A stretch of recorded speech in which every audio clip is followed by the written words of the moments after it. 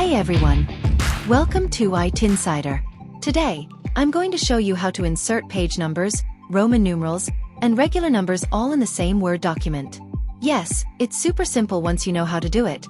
So stick around, and let's get started. Step 1. Adding section breaks. First things first, we need to split the document into sections. Here's how. Scroll to the end of the page where you want the Roman numerals to end. This could be after your intro or table of contents.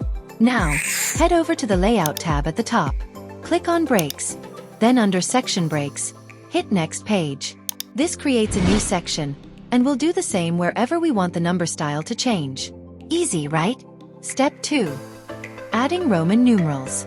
Alright, let's make the first section Roman numerals. Click the Insert tab and select Page Number.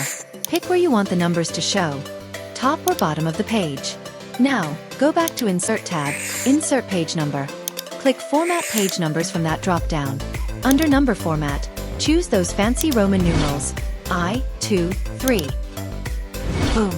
Your first section now has Roman numerals. But hold on, we're not done yet. Step 3. Regular numbers time. Moving on to the second section. Place your cursor in the new section, where the regular numbers will begin. Again, go to Insert. Then choose Page Number and place it wherever you like.